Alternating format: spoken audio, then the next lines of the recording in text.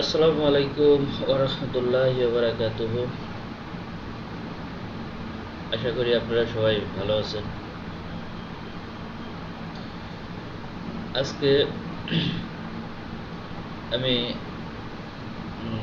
আলোচনা করব, সেটা হলো জনাব মিজানুর রহমান আজহারী সাহেবের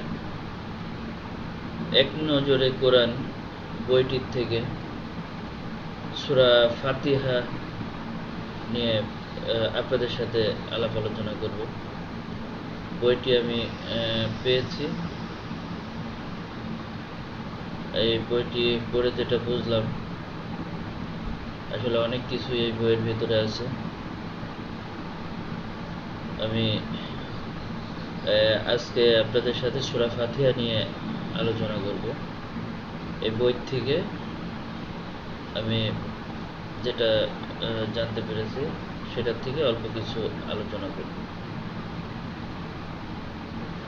সূরা ফাতিহা, এটা বইতে উল্লেখ করা আছে। সূরা ফাতিহা সূরা নম্বর হলো 1।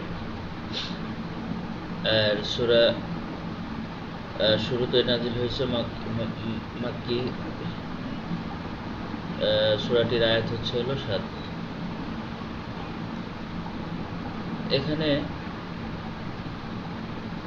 তারতিব বিন নুজুল,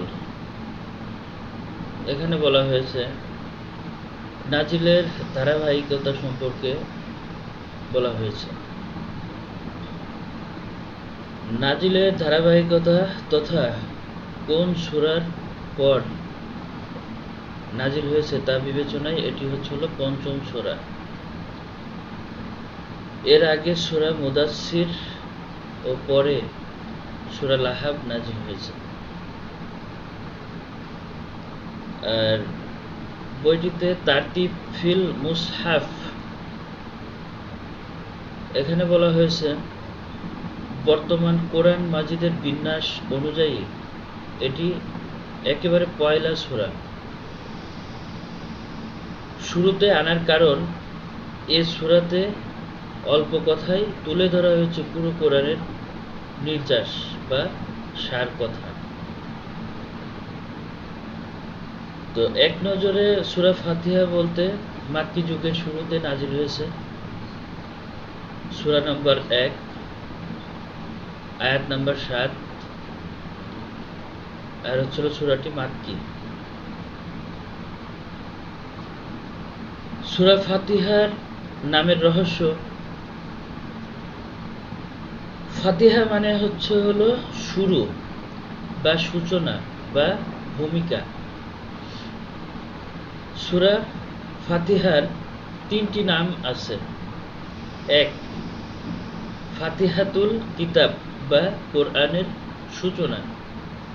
2, উম্মুল কোরআন বা কোরআনের মূল। আর 3 হলো আস-সাবউল মাসানি বা বারবার পাঠ করার 7টি আয়াত। কেননা সূরা ফাতিহায় 7টি আয়াত আছে, যেগুলো প্রতি নামাজে বারবার পড়তে হয়। এখানে ফাতিহাতুল কিতাবে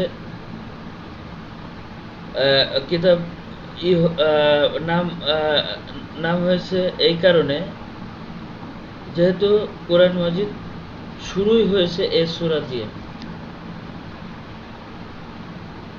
আর উম্মুল কোরআন বা কোরআনের মূল, গোটা কোরআনের মূল মেসেজ এতে অল্প কথায় জায়গা পেয়েছে, যার কারণে এটার নাম হয়েছে উম্মুল কোরআন বা কোরআনের মূল।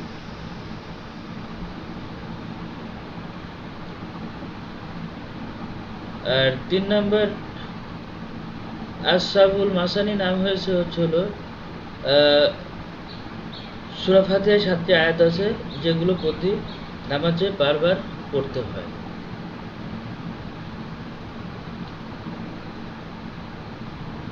তো আজকের মতো এখানে শেষ হলো। পরবর্তীতে আবার কোনো এক ভিডিওতে আসবো ইনশাল্লাহ, সূরা ফাতিহার বাকি অংশটুকু আপনাদেরকে শোনাতে। আসসালামু আলাইকুম ওয়া রাহমাতুল্লাহি ওয়া বারাকাতুহু।